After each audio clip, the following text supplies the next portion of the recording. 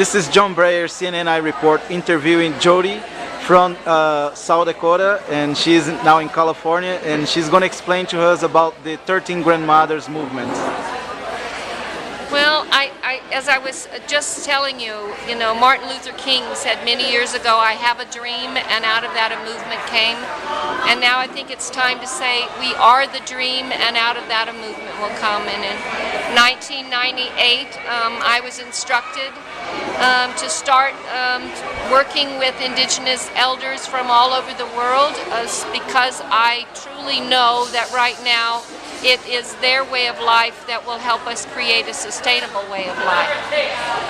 So out of that, a journey began. Within 10 years, I had elders come to find me and begin to teach me and my community how to tend to what our mother said is, I'm going to hand you my basket, and inside this basket I'm going to put some of my most precious jewels. Those jewels represent lines of prayer that go back to the original times. Don't mix them, don't change them. Protect them and keep them safe and walk them through the millennia, and I have something we're going to do. And this is what we're doing. The grandmothers all decided, I got their names through talking to our elders from all over the world, and 16 names were suggested to me. 13 came together and accepted this mission in October of 2004 in upstate Minla, a little place called Minla in upstate New York. And they decided to become the International Council of 13 Indigenous Grandmothers and to go to each other's home place and host this event so they could model for the world that they are a line of prayer that's very different from the other, yet they can sit in circle and create unity and harmony amongst themselves. And there is prophecy, actually, that is all in First Nation peoples all over the world that have said that there is a time when the 13 grandmothers will come to shake the world awake, and that's what they're doing. We're now in Brazil. This is our 10th gathering. And we have indigenous tribes from all over Brazil. The Minister of Culture has funded bringing grandmothers from out of the Amazon and all over Brazil, and we have 13 grandmothers that have come from deep in the Amazon in a place called Mapia. And then I have my 13 international grandmothers that are here. And we have people from all over the world that have gathered, and I don't know, the numbers are growing every day with lots of children, because the grandmothers light hope in the world when some are afraid they've lost it. I'm a grandmother myself, and it's not an easy walk. My grandmothers age from in their late 80s to in their late 50s and early 60s, and when they say when you add up their ages, it's almost 1,000 years of wisdom sitting at the table.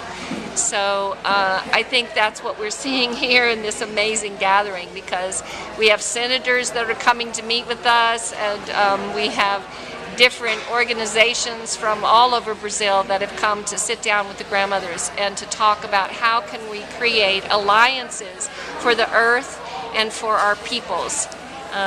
So I think that's a quick moment of and a glimpse, but we do have a website. You can go to it at grandmotherscouncil.org, and you can see more of the story and more of the detail of each of these amazing women and the walks that they've made to get here, because we have them from all four corners of the world. We have them from Tibet, Nepal, Africa, North America, South America, Mayan from Central America, and a Yupi grandmother from high in the cold country in Alaska.